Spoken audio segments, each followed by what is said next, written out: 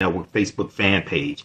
Join me Sunday, February 19th, 2023, 2 p.m. to 3:30 p.m. Eastern Standard Time for another free Black History Month lecture in my monthly series, Black Resistance Movements in the Fight for Freedom, 1630 BC in Antiquity to 2023 today.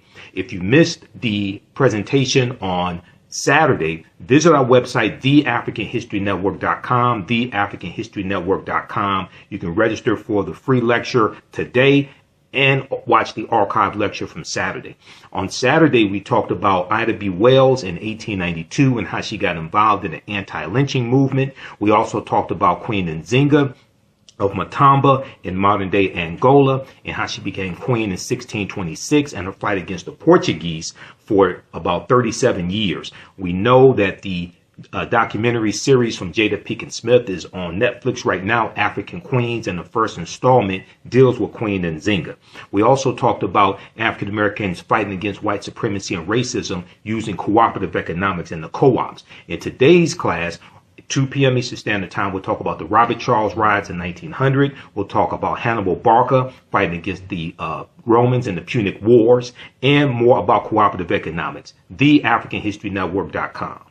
All right, how's everybody doing today? Hotep, hey, this is Michael Imhotep, founder of the African History Network, host of the African History Network show. I'm a talk show host, researcher, lecturer, writer, and historian. So it is Saturday, February 18th, 2023. So this is part 3 of our Saturday Black History Month free lectures. And if you missed the first 2, they're archived. You can go back and watch them. If you go to our website, TheAfricanHistoryNetwork.com, TheAfricanHistoryNetwork.com, you'll see them, the links archived right on the homepage, but also they're right here in Crowdcast, which is the service that I'm using to broadcast this class right now. Okay, so we did them Saturday, February 4th and Saturday, February 11th, 2023. Then you know at 2 p.m. Eastern Standard Time today, I teach class number 2 of my 12-week online course, Ancient Kemet, the Moors and the Maafa, Understanding the Transatlantic Slave Trade, what they didn't teach you in school. So that class, we deal with thousands of years of history and what leads up to the transatlantic slave trade taking place. If you have not registered for that 12-week online course where we get deep into this history, I'm going to post a link here.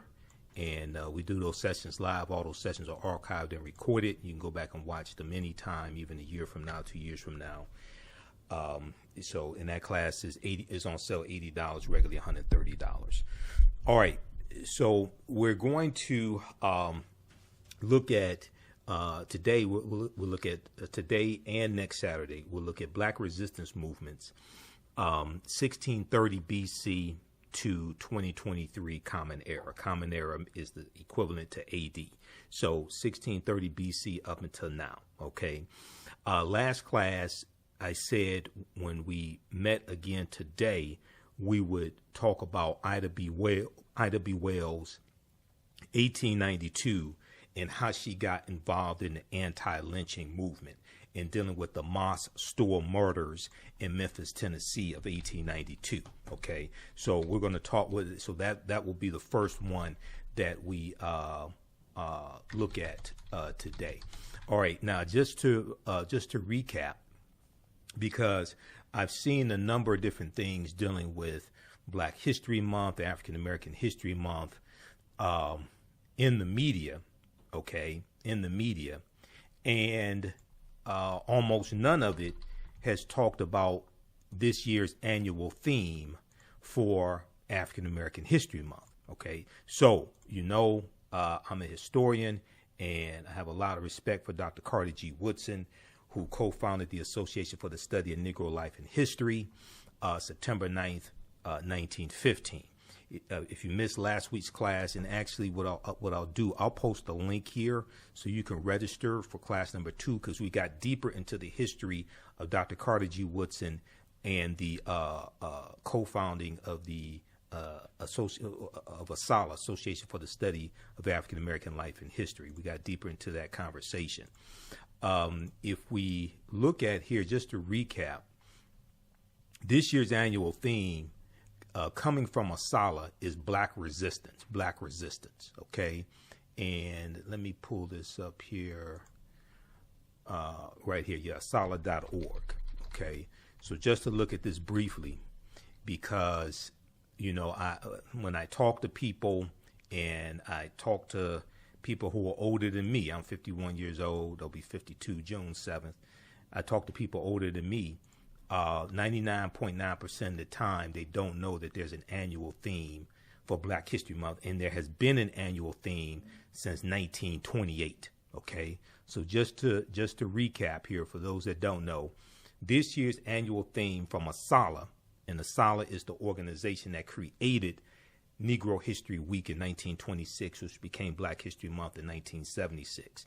2023 Black History theme executive summary: Black Resistance. Now, African Americans have resisted historic and ongoing oppression in all forms, especially the racial terrorism of lynching, racial pogroms, or pogroms meaning plans to exterminate people or ethnic groups of people, and police killings since our arrival upon these shores. That should be changed from our arrival on these shores to Europeans' arrival on these shores. Because as we talked about in lecture number 2 last week, February 11th, 2023, we dealt with the African presence in the land we call the United States of America, going back at least 51,700 years. And African people were already here when Europeans came to this land. When the Spanish came in 1513 with Juan Ponce de Leon, when the Spanish tried to set up settlements in the area that is today South Carolina and Georgia in 1526, 93 years before Virginia in 1619, when you have the English coming in 1607, when you have the Dutch coming in the 1620s, African people were already here. Okay, so that needs to be changed from when we arrived upon these shores to when Europeans arrived upon these shores. Because as we talked about last class, and we referenced Dr. David Imhotep's book, The First Americans Were Africans, Documented Evidence, one of the names for this land was Turtle Island. And this was our land stolen from us. Yes, it was also stolen from Native Americans, but you have to understand who some of those Native American nations were, because you have different groups of African people who were already here when Europeans got here, and many of those groups of African people got renamed or relabeled as Native Americans. So we think of Native American, Cherokee, Chickasaw, Choctaw, different Creek, different Native American nations. But we don't know, well, wait a second, one of the ways that our numbers were absorbed is by renaming us and relabeling us Native American, etc. Okay, so these efforts have been to advocate for a dignified, self-determined life in a just democratic society in the United States and beyond the United States political jurisdiction. The 1950s, 1960s, and 1970s in the United States was defined by actions such as sit-ins, boycotts, walkouts, strikes by African Americans and white allies in the fight for justice against discrimination in all sectors of society, from employment to education to housing. African Americans have had to consistently push, and let me losing my space here just a second. African Americans have had to consistently push the United States government to live up to its ideas of freedom, liberty, and justice for all. Systematic oppression has sought to negate much of the dreams of our griots like Langston Hughes and Zora Neale Hurston, and other freedom fighters like Dr. Martin Luther King Jr., Septima Clark, and Fannie Lou Hamer, who fought these dreams that they fought to realize. African Americans have sought ways to nurture and protect Black lives and for autonomy of their physical and intellectual bodies through armed resistance, through armed resistance, voluntary immigration, meaning leaving the country, going somewhere else, like going back to Africa, going to Liberia, etc., nonviolence, education, literature, sports, media, and legislation, politics. African-American led institutions and affiliations have lobbied, litigated, legislated, protested, and achieved success. Okay, so then they go on, they talk about different examples of African people resisting, whether we talk about Haiti, the Haitian Revolution, 1791 to 1803, whether we talk about fighting against murderous white mobs in Memphis, Tennessee, 1892, which we'll talk about today. Rosewood, Florida, January 1923, the movie from 1997, directed by John Singleton, Rosewood. New Orleans, Louisiana, 1900. We're going to try to squeeze that in today. That's the Robert Charles riot of 1900. This brother right here, that movie needs to be made. That incident needs to be made into a movie. Additionally, some African Americans thought that the best way to resist was to self-liberate, as seen by the actions those who left the plantation system of Henry Adams and Benjamin Pap Singleton, which they led a mass exodus westward in 1879, and Bishop Henry McNeil Turner of the African Methodist Episcopal Church, who organized immigration to Liberia. Okay, so read the rest of this here. This gets deep. So this is the executive summary of this year's annual theme for African American History Month, which is Black resistance and Black resistance movements. Okay, so this lecture today and next Saturday, 12 noon Eastern Standard Time, we're going to explore some more of these topics. All right, so let me post a link here, because so many people I talk to don't know there's been an annual theme for Black History Month since 1928.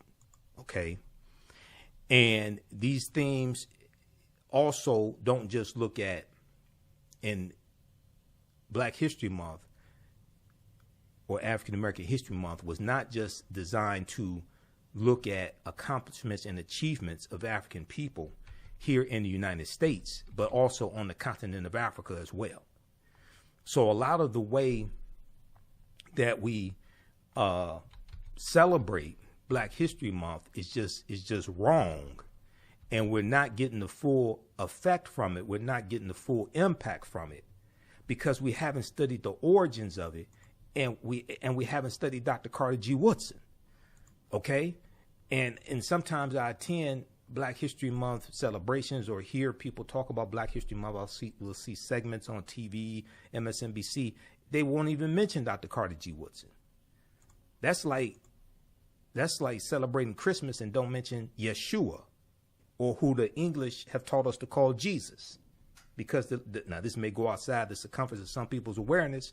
This may go outside the circumference of some people's awareness. Just because you disagree with it or don't like it does not mean it's not true. It just means you have to do some research to understand what I'm talking about. The letter J, and we get into this, we talked about this class number 1 last Saturday in the 2 p.m. Online, the 2 p.m. 12-week online course that I do. Ancient Kemet, the Moors and The Maafa, Understanding the Transatlantic Slave Trade, what they didn't teach you in school. The letter J wasn't invented until 1630 AD. The letter J is derived from the letter I. Okay, the letter J wasn't invented until 1630 AD. When you look up the word Jesus in the dictionary and you look at the etymology of the word, it takes you back to Yeshua, which is Hebrew. All right. Okay, so how's everybody doing? Can you all hear me okay? Everybody all right? Get your questions together. You can post your questions here, all right?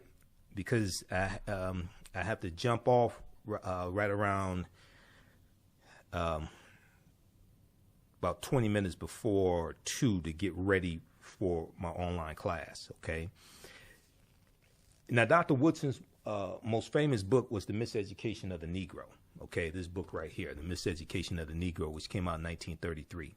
Give you a little background information on why he created Negro History Week.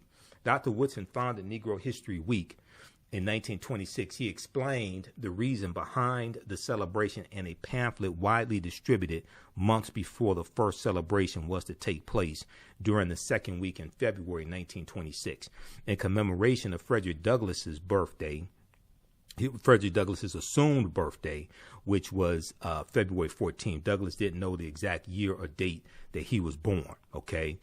And then also Abraham Lincoln's birthday, which is February 12th. Now, we know Chris Berman of ESPN, when talking about Patrick Mahomes and Jalen Hurt, the historic matchup of two African-American quarterbacks in the Super Bowl, we know Chris Berman of ESPN reminded us that the Super Bowl was taking place on Abraham Lincoln's birthday. So we talked about that on Faraji Muhammad's show, The Culture, on the Black Star Media Network, which is Roland Martin's network. Okay, I was on his show on Monday, February 13th, 2023. Now, Dr. Woodson exclaimed that African Americans knew practically nothing about their history. African Americans knew practically nothing about their history. He ultimately believed that African Americans could benefit immensely from their past and accomplishments of their ancestors. He added that race prejudice was the byproduct of whites' beliefs that black people had not contributed anything of worth to world civilization. Okay. He contended, he added that race prejudice was the byproduct of whites' beliefs that black people had not contributed anything of worth to world civilization. So Dr. Woodson argued that if the historical record was set straight and that if the history of African Americans were studied along with the achievements of others in schools, not only would African American youth develop a sense of pride and self-worth, but racism would be abolished, because Dr. Woodson said that the history of African Americans had to be taught in all schools across the country, not just the schools where we were the majority of the population. All schools across the country had to teach this history, had to be incorporated into the history that was already being taught. Dr. Woodson concluded, quote, "Let truth destroy the dividing prejudice of nationality and teach universal love without distinction of race, merit, or rank. With sublime enthusiasm and heavenly vision of the great teacher, let us help men rise above the race hate of their age unto the altruism of a rejuvenated universe." Now, Negro History Week was the first major achievement in popularizing black history. So Dr. Woodson is known as the father of black history and the father of Black History Month. And Negro History Week was unique in that it focused on African American youth. Dr. Woodson realized that the miseducation of black people began in their homes, communities, and elementary schools. Okay, the miseducation of black people began in their homes, communities, and elementary schools. All right, so Dr. Woodson's vision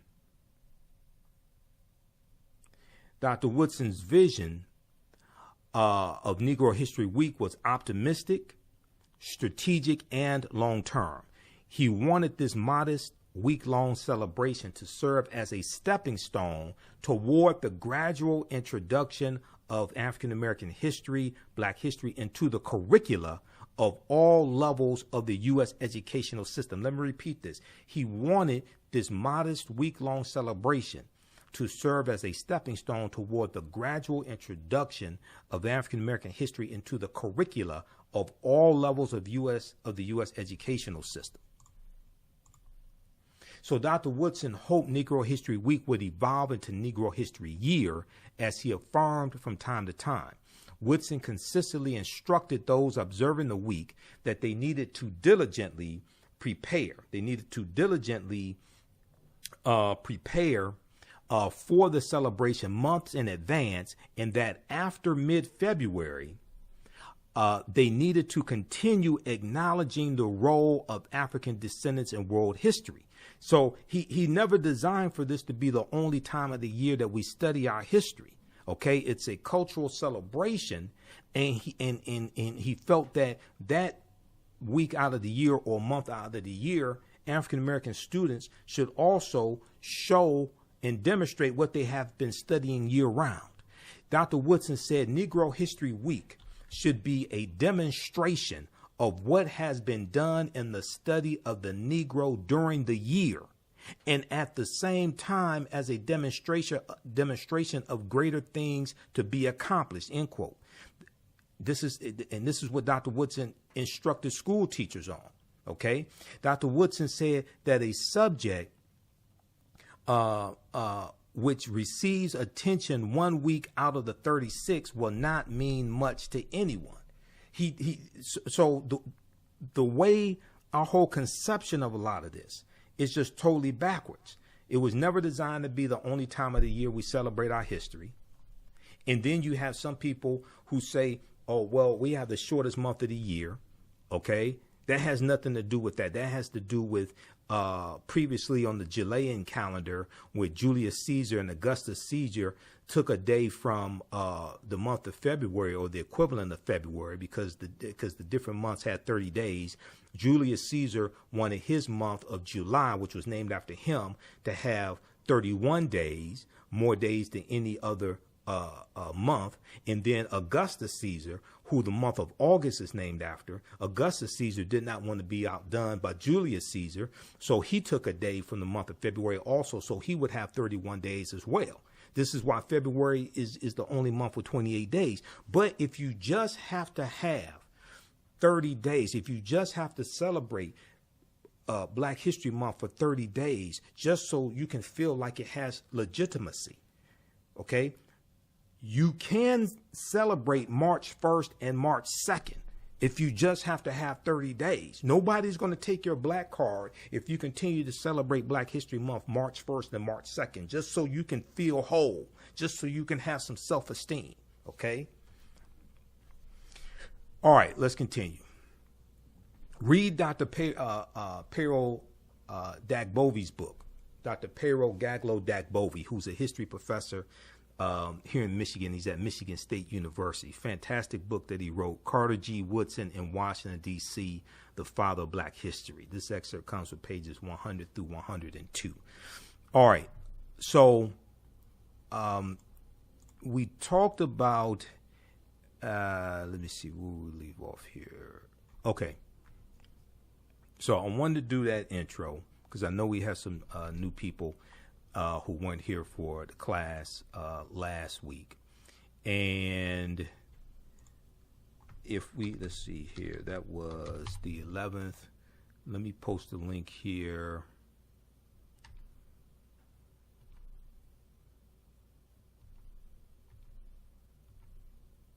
Let me see if I have it here for last class. Okay. Here's the link for our lecture from February 11th, 2023.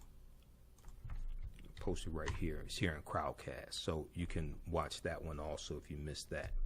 All right, now let's look at Ida B. Wells and how she got involved in the anti-lynching movement. Because at the end of last week's session, I said we would start this week with this because we ran out of time, okay? And I know we're going to run out of time for some stuff today, so we're going to start. We'll do it. We'll continue next class. I talk about Ida B. Wells in my presentation, Great African Women in History, The Mothers of Civilization. And where is that here?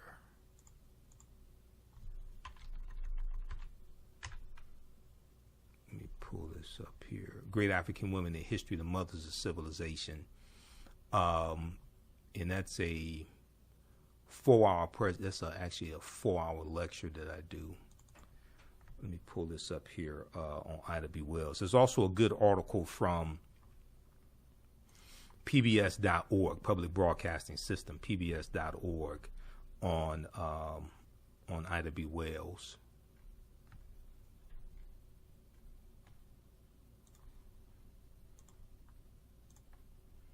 Hold on, let me see something here. Where is this?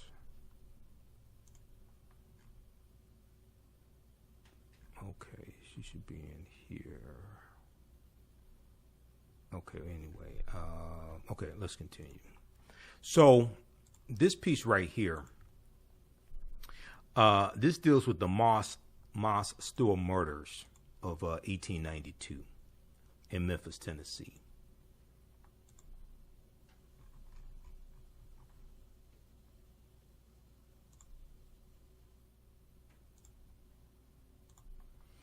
Ida B. Wells forced out of Memphis, Tennessee. So if you know anything about her, you know she had to, she was getting death threats in Memphis and had to flee Memphis to save her life.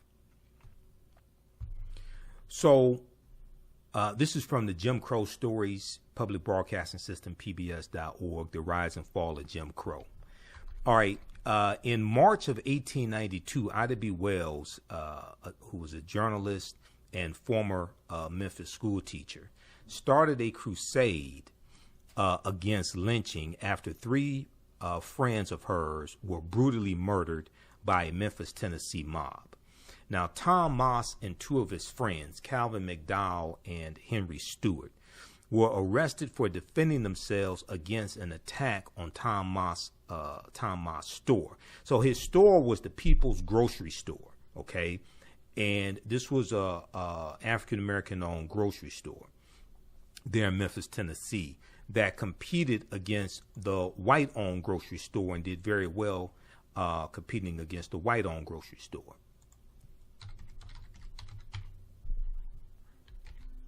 All right, now, Tom Moss and two of his friends, Calvin McDowell and Henry Stewart, were arrested for defending themselves against an attack on Tom Moss's store.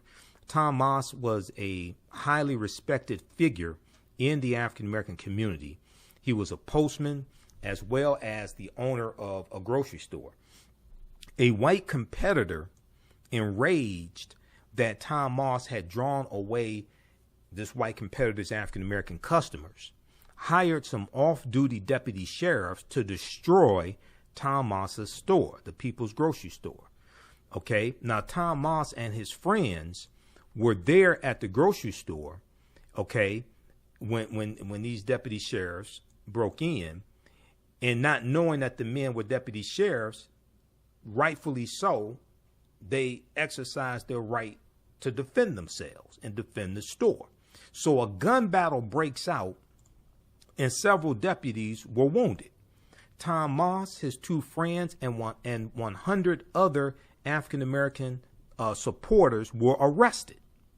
Several nights later, masked vigilantes dragged Tom Moss and his friends from their cells, took them to a deserted railroad yard, and shot them to death. They were lynched. They were executed, shot them to death. Enraged by their deaths, Ida B. Wells lashed out at the refusal of Memphis police to arrest the well-known killers. Ida B. Wells encouraged African Americans to protest with boycotts of white-owned stores and public transportation. Because one of the ways, when I showed you that executive summary from ASALH, Association for the Study of African American Life and History, one of the ways that we historically fought back against white supremacy and racism, domestic terrorism, etc., is through sustained, targeted economic withdrawal strategies, various types of economic withdrawal strategies, okay?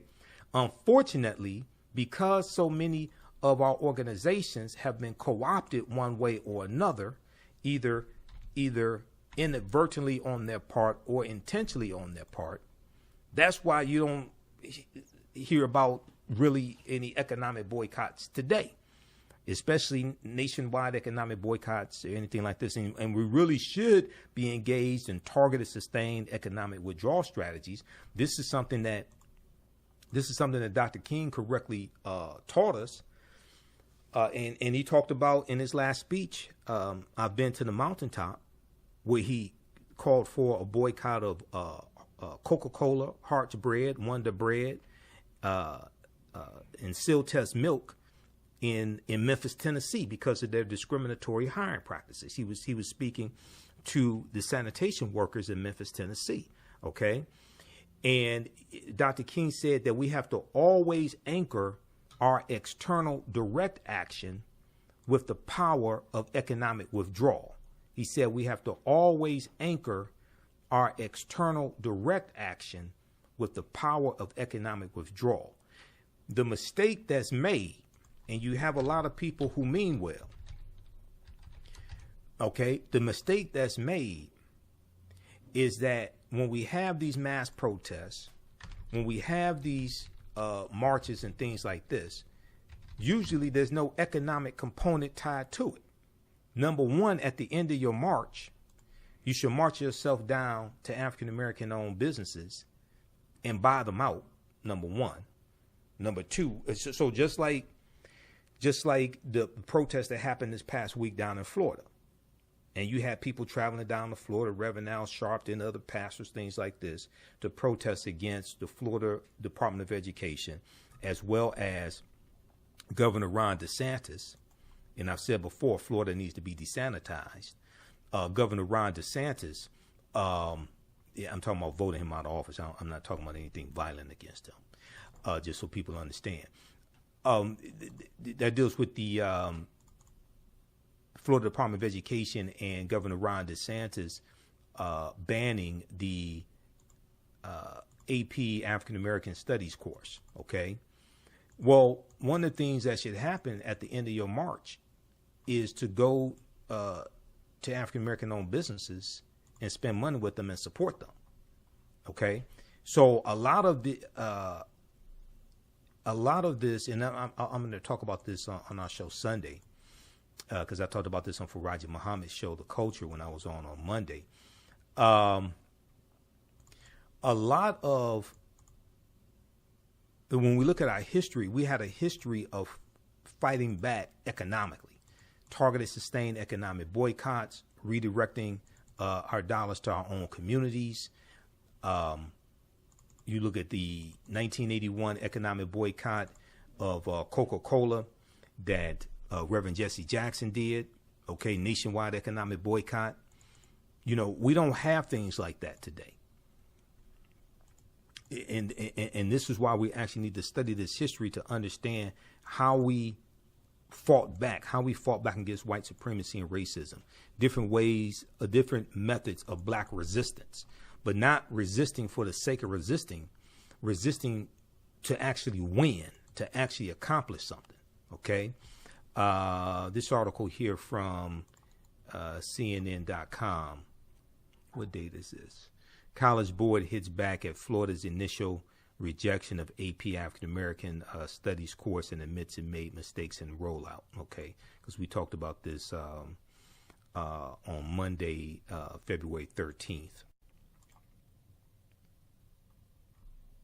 Okay, read this one here from CNN.com, and then there was also another article that I saw from CNN that actually deals with the. Okay, hold on, this is freezing up. There's another article that I also saw from CNN that actually deals with the protest that took place down there.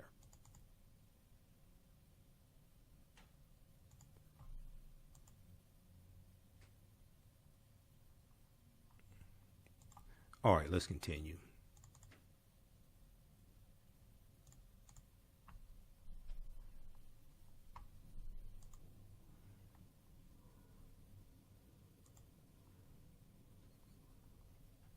Okay, hold on. Where are we? Right here. Okay.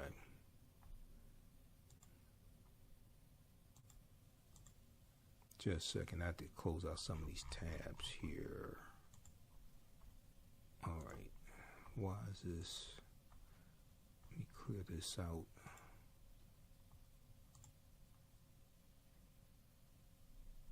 Stand by. Okay. Let's continue.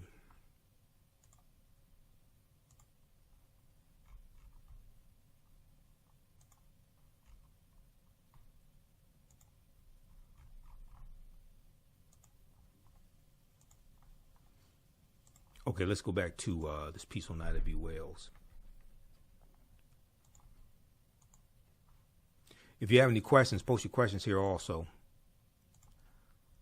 Okay, so enraged by their deaths, Ida B. Wells lashed out at the refusal of Memphis police to arrest the well-known killers.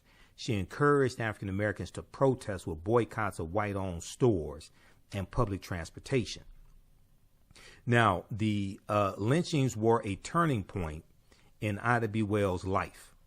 Okay, she began to investigate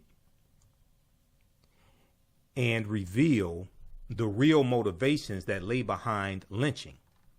Like many middle-class African Americans, Ida B. Wells had accepted the myth that only poor blacks were lynched for heinous crimes. Okay, like many middle-class African Americans at the time, Ida B. Wells accepted the myth that only poor African Americans were lynched for heinous crimes.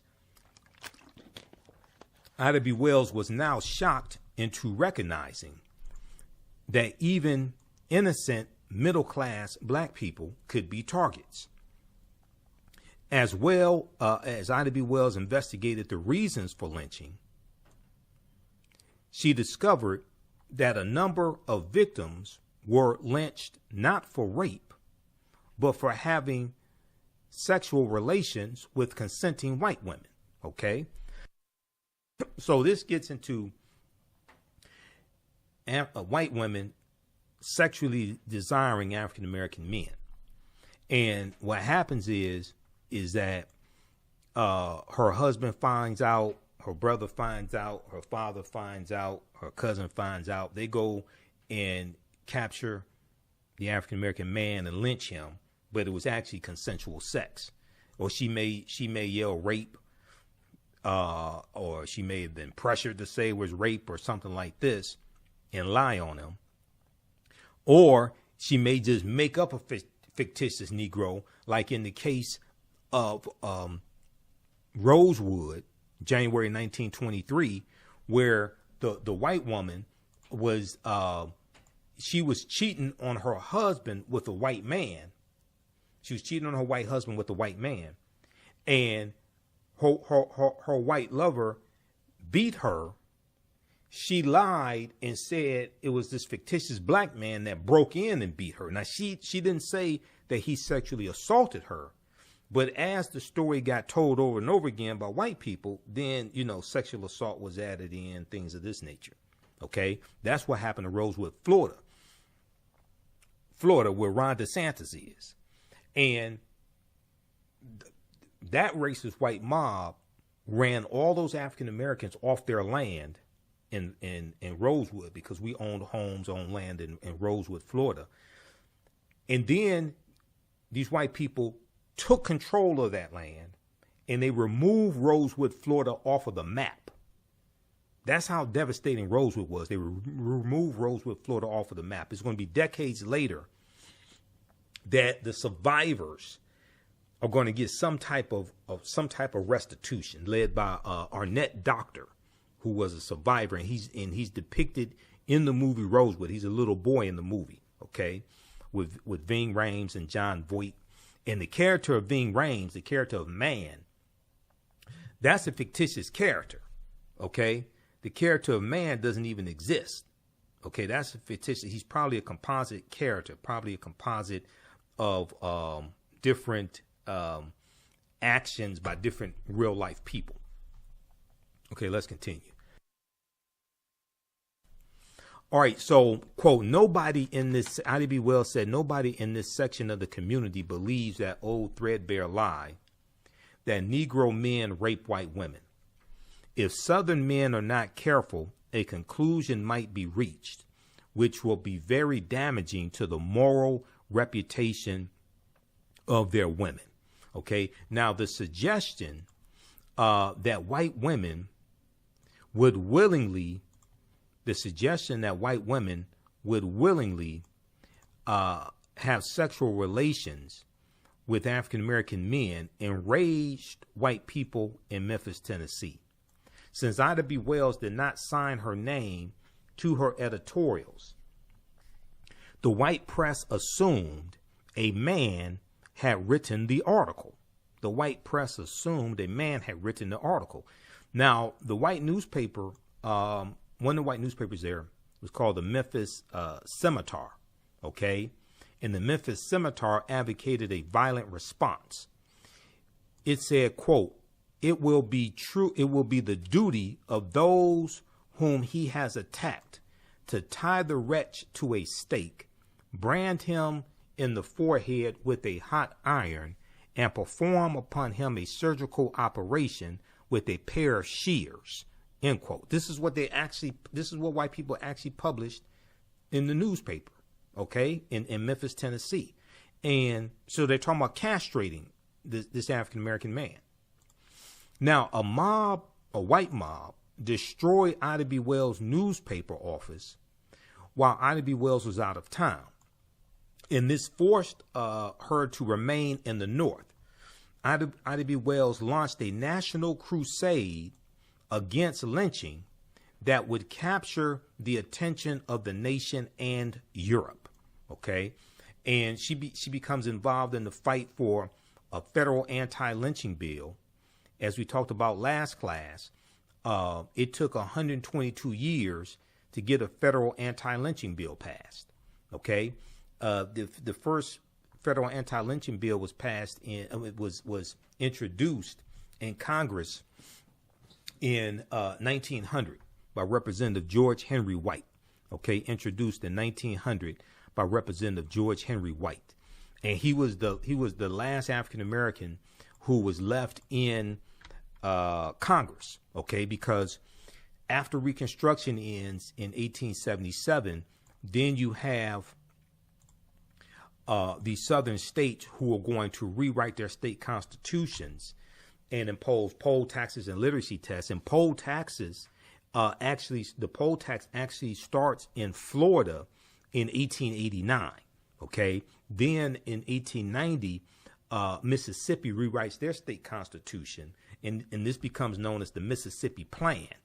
And the Mississippi Plan was the model that the other southern states are going to use to suppress the African American vote with poll taxes, literacy tests, and some of them adopt the grandfather clause starting in 1898 with Louisiana when Louisiana rewrites their state constitution.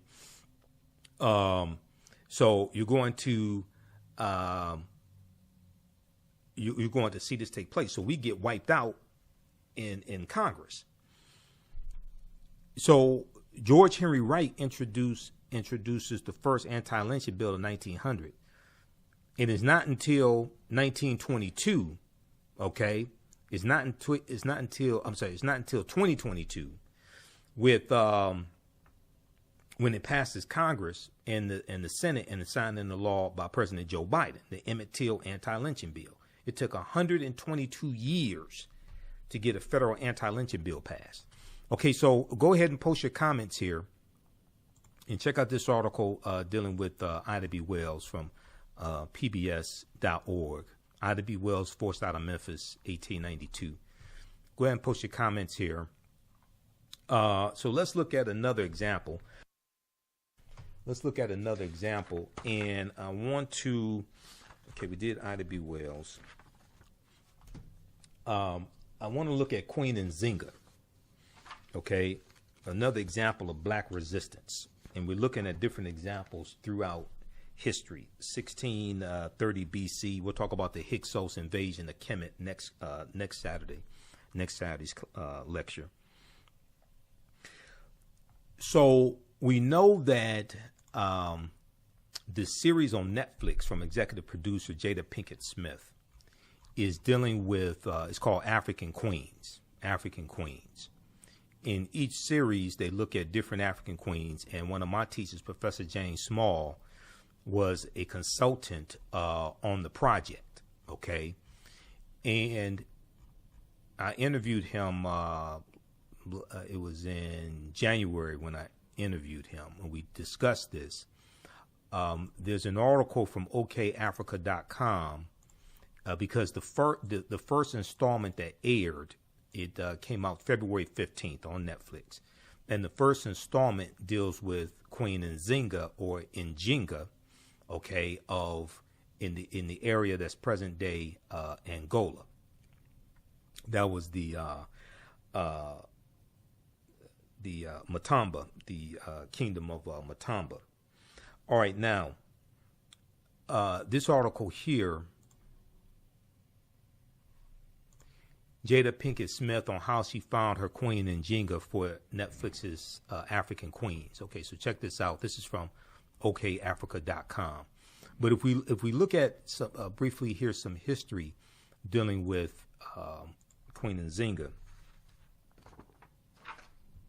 and this deals with these Africans fighting against the Portuguese colonizers, especially. There's a good article from blackpast.org,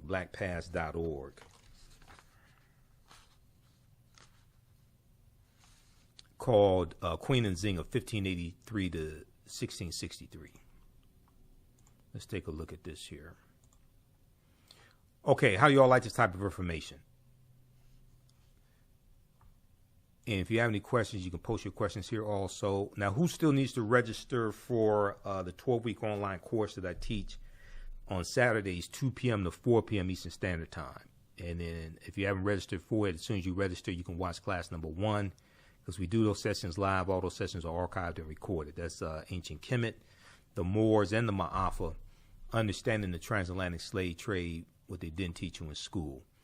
And we have the information right on the homepage of our website also. I'll post the link here as well. Let me see. Let's go flip over to this here. All right. How you doing, Harold? Harold said excellent history. This here.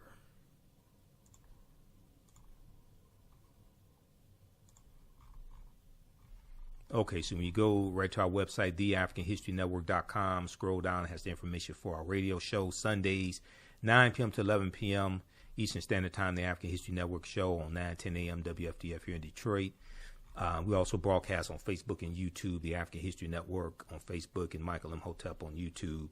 Has our Cash App, PayPal information, has the information about the Saturday Black History Month lectures, and then information about the 12-week online course here, Ancient Kemet, the Moors and the Maafa, Understanding the Transatlantic Slave Trade. We do the sessions live. All the sessions are archived. So if anything that you miss, you can watch it on demand as much as you want to. The class is on sale $80, regularly $130. So next class is Saturday, February 18th, 2 p.m. to 4 p.m. Eastern Standard Time. We also have a bundle pack of courses. You could get that course and the second one that I teach that starts up Sunday, February 26th, 2 p.m. to 4 p.m. from the Civil War to the Civil Rights Movement and Black Power, 1800 to 1968. So we have a bundle pack of the courses. You get both courses for $120. There's also 5 bonus lectures that will be in the video library section when you log into your account. You get 5 free lectures from me as well. Okay, so we have the information right on the homepage of our website, TheAfricanHistoryNetwork.com.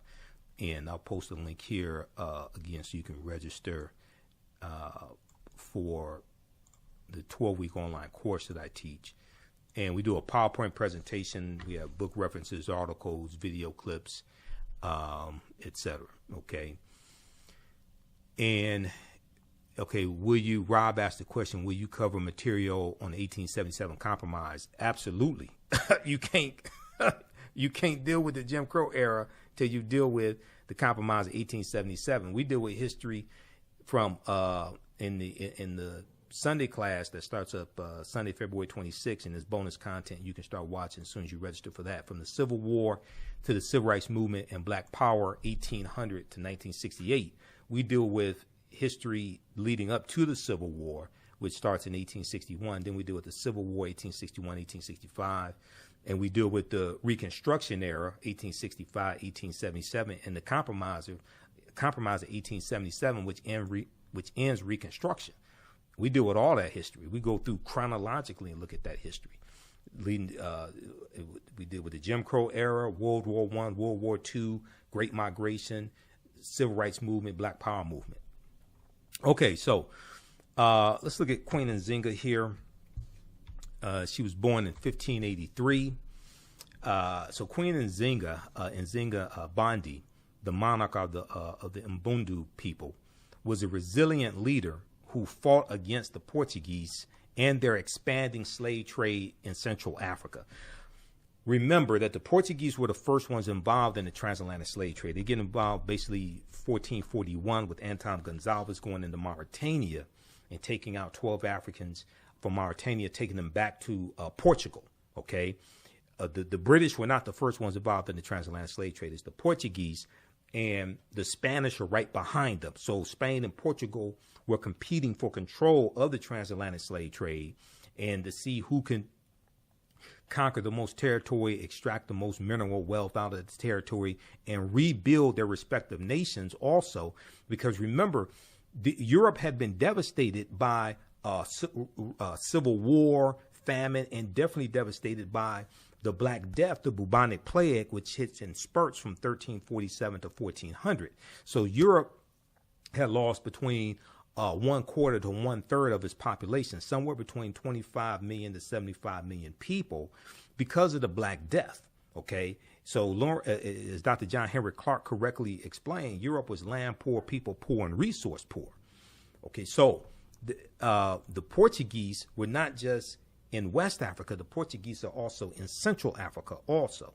Now, during the late 16th century, the French and the English threatened the Portuguese near monopoly on the sources of African slaves along the West African coast. Okay, so all these European nations are competitors. The French and the English threaten what the Portuguese have going on in West Africa, forcing the Portuguese to seek new areas of exploitation. By 1580 Common Era, or AD, the Portuguese had already established a trading relationship with King Alfonso I in the nearby Congo Kingdom. They then turned to Angola, south of the Congo. Now, the Portuguese established a fort at the settlement at Luanda in Angola in 1617. Okay, in 1617, and you have they're encroaching on Mbundu land.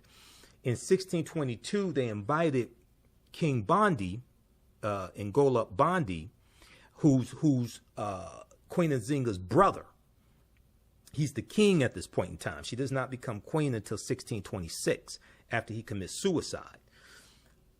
The Portuguese invite Bandi to attend a quote-unquote peace conference there to end the hostilities with the Mbundu. Bandi sent his sister Nzinga to represent him in a meeting with Portuguese Governor João Correia de Souza. Nzinga was aware of her diplomatically awkward position.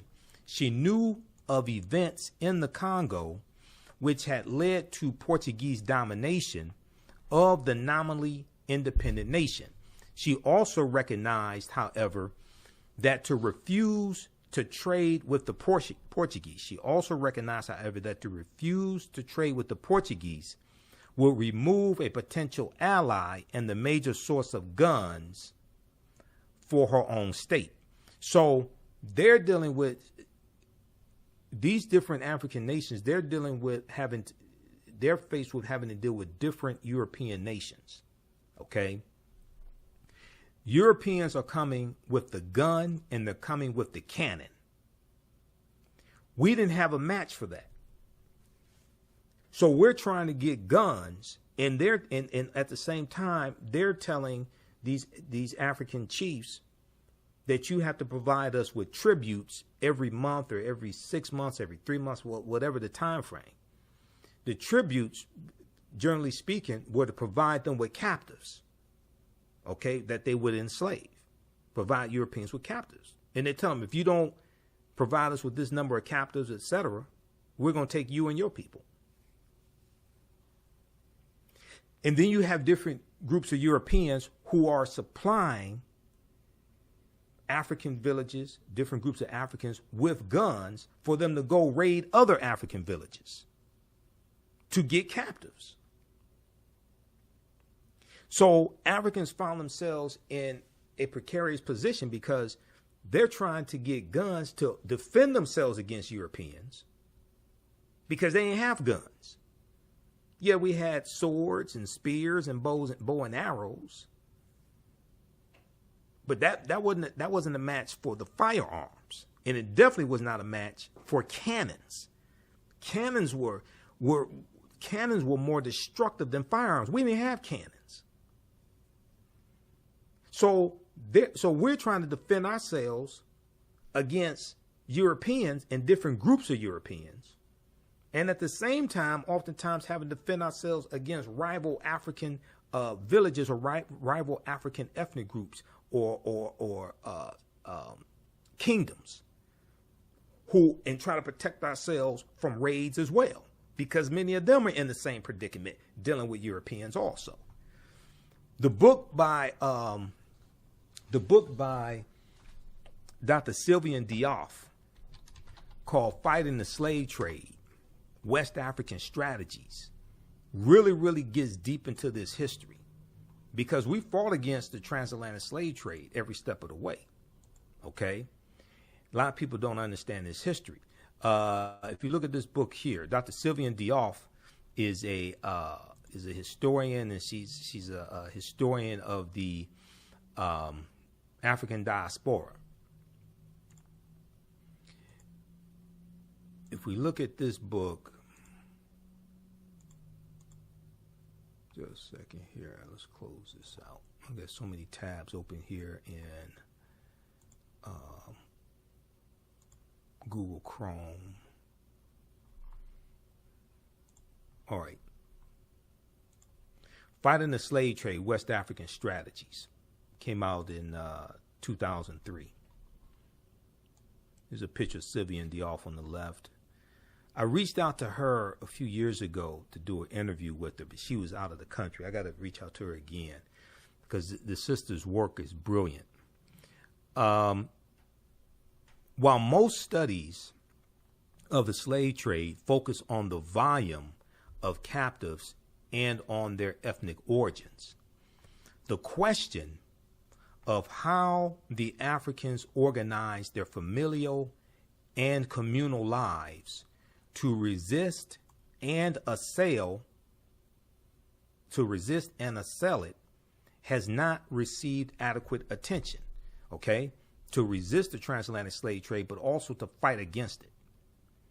But our picture of the slave trade is incomplete without an examination of the ways in which men and women responded to the threat and reality of enslavement and deportation.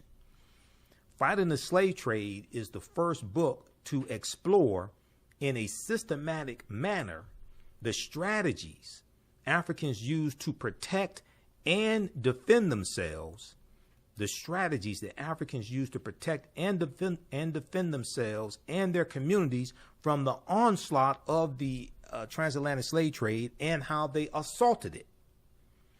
It challenges widely held myths of African passivity and general complicity in the slave trade and shows that resistance to enslavement and to involvement in the slave trade was much more pervasive, much more prevalent, much more widespread than has been acknowledged by the orthodox interpretation of historical literature. Focused on West Africa, the essays collected here examine in detail the defensive, protective, and offensive strategies of individuals, families, communities, and states. In chapters discussing the manipulation of the environment, resettlement, the redemption of captives, the transformation of social relations, political centralization, marriage, violent assaults on ships and entrepots, shipboard revolts, and controlled participation in the transatlantic slave trade as a way to procure the means to attack the transatlantic slave trade, mainly getting guns, because they would exchange them for guns. And you saw this depicted in the movie The Woman King, where they're exchanging African captives for firearms so they can also, because they have to defend themselves, they're trying to defend themselves against Europeans, but also against other African ethnic groups and villages. So this is a complicated history. Fighting the Slave Trade presents a much more complete picture of the West African slave trade than has been previously available. Okay, so check this out at your local African American book dealer or at Amazon.com. All right, now,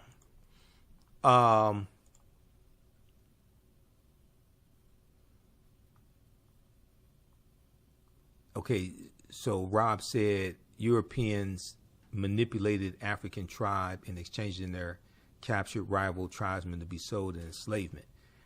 It's more than just manipulation. It was force. It's by force. Either you do this or we're going to kill you or we're going to capture you. It wasn't just manipulation. It was by force. It was by the gun, the sword, the gun, and the cannon.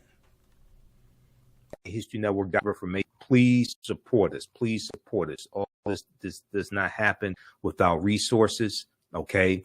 I do a 12-week online course. We just had class number 1 that started up Saturday, February 11th.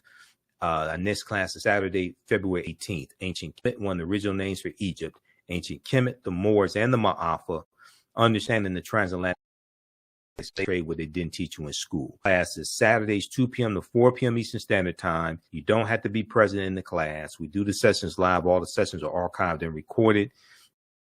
You can go back and watch it anytime. A year from now, 2 years from now, you can go back and watch the entire course. Click right here to register for the full course. And here's the flyer for it. Did a fantastic class. As soon as you register, you can class number 1. We have a bundle pack of courses because the second class that I teach starts up February 26th, Sunday, February 26th, class number 1 of From the Civil War to the Civil Rights Movement and Black Power, 1800 to 1968. So we get into the Civil War, Reconstruction, what leads up to the Civil War taking place, Haitian Revolution, Louisiana Purchase of 1803, Missouri Compromise of 1820, Mexican-American War, 1846, 1848, Texas winning its independence from Mexico, 1836, Mexico winning its independence from Spain, 1821, Kansas-Nebraska Act, 1854, Treaty of Guadalupe Hidalgo, 1848, where the U.S. gets Colorado, Arizona, New Mexico, California, Utah, and Nevada, all from Mexico for about $15 million. All this leads up to the Civil War taking place. Now, I do on Saturdays, 12 noon to 1:30 p.m., I do a free Black History Month lecture for the month of February. If you missed the previous free lectures, we have them archived here. You can click on them, register for them, and watch them. Okay. And the Saturday, February 18th, 12 noon to 1:30 p.m., dealing with Black resistance movements. Black resistance movements. Now, Black resistance is the 2023 annual theme for African American History Month. There's been an annual theme for African American History Month dating back to 1928. Okay, created by Dr. Carter G. Woodson, who co-founded the Association for the Study of Negro Life and History, September 9th, 1915 in Chicago. So most of us don't understand the history of Black History Month to understand how to properly utilize it. Okay, we're not getting the full benefit of it because we don't understand the history and don't know that there's an annual theme for it, which gives you the context to have your celebration and give you topics to discuss and do presentations on, etc., in your celebration. All right. So most people don't know any of this. Okay, so we have the information at our website, TheAHNShow.com. and I posted the link there. So please support us. And we have the information here in the thread of the broadcast.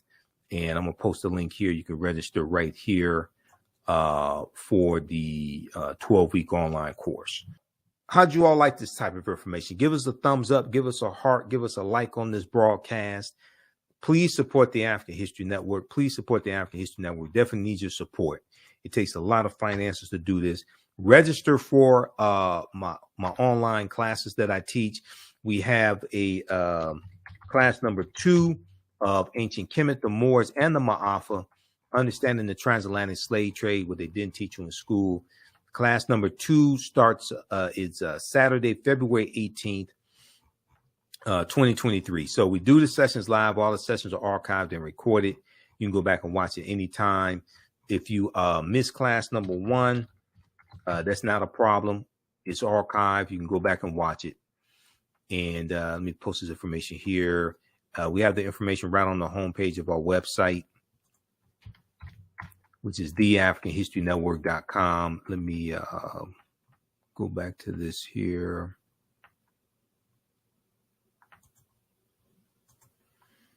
Let's go back to the website. So as soon as you register, you can start watching the content. You go to our website, scroll down, you see information about my radio show. I'm on Sundays, 9 p.m. to 11 p.m. Eastern Standard Time, the African History Network show. We have information for PayPal and Cash App here because people set up fake African History Network Cash App accounts. There's like 5 of them that I identified. So they've been stealing money from us. So that's why I had to put together this graphic. Our Cash App is $TheAHNShow, SHOW. That's our Cash App tag. And when you go to it, it'll say Michael, and it'll probably show my picture there. People set up these fake African History Network Cash App accounts that have been stealing money from us. I contacted Cash App a number of times. They opened up an investigation that's slow as hell dealing with this stuff. Okay. So I got to follow with them again. We have the free lectures Saturday, February 18th, 12 noon to 1:30 p.m. And then also register for my 12-week online course. Class number 2 starts Saturday, February 18th, 2 p.m. to 4 p.m. Eastern Standard Time. It's on sale $80, regularly $130. Ancient Kemet, the Moors, and the Maafa, understanding the transatlantic slave trade. Okay. And we deal with thousands of years of history, what leads up to the transatlantic slave trade taking place. We deal with the 800-year occupation of Europe by the Africans known as the Moors. We have a bundle pack where you get both classes for $120. You get the first class and the second class that I teach from the Civil War to the Civil Rights Movement and Black Power, 1800 to 1968. Also, when you register for Understand the Transatlantic Slave Trade, there'll be there are 5 bonus lectures of mine that you'll get also. 5 bonus lectures of mine that you'll get also. They'll be in the video library. Okay. All right. So I'm going to post the link here. This takes you to the website for the class number. What is this? Class number 2. Let's see. And actually, let's see. We have class number 2. Okay, let me post this here, and we'll put the link for the website also.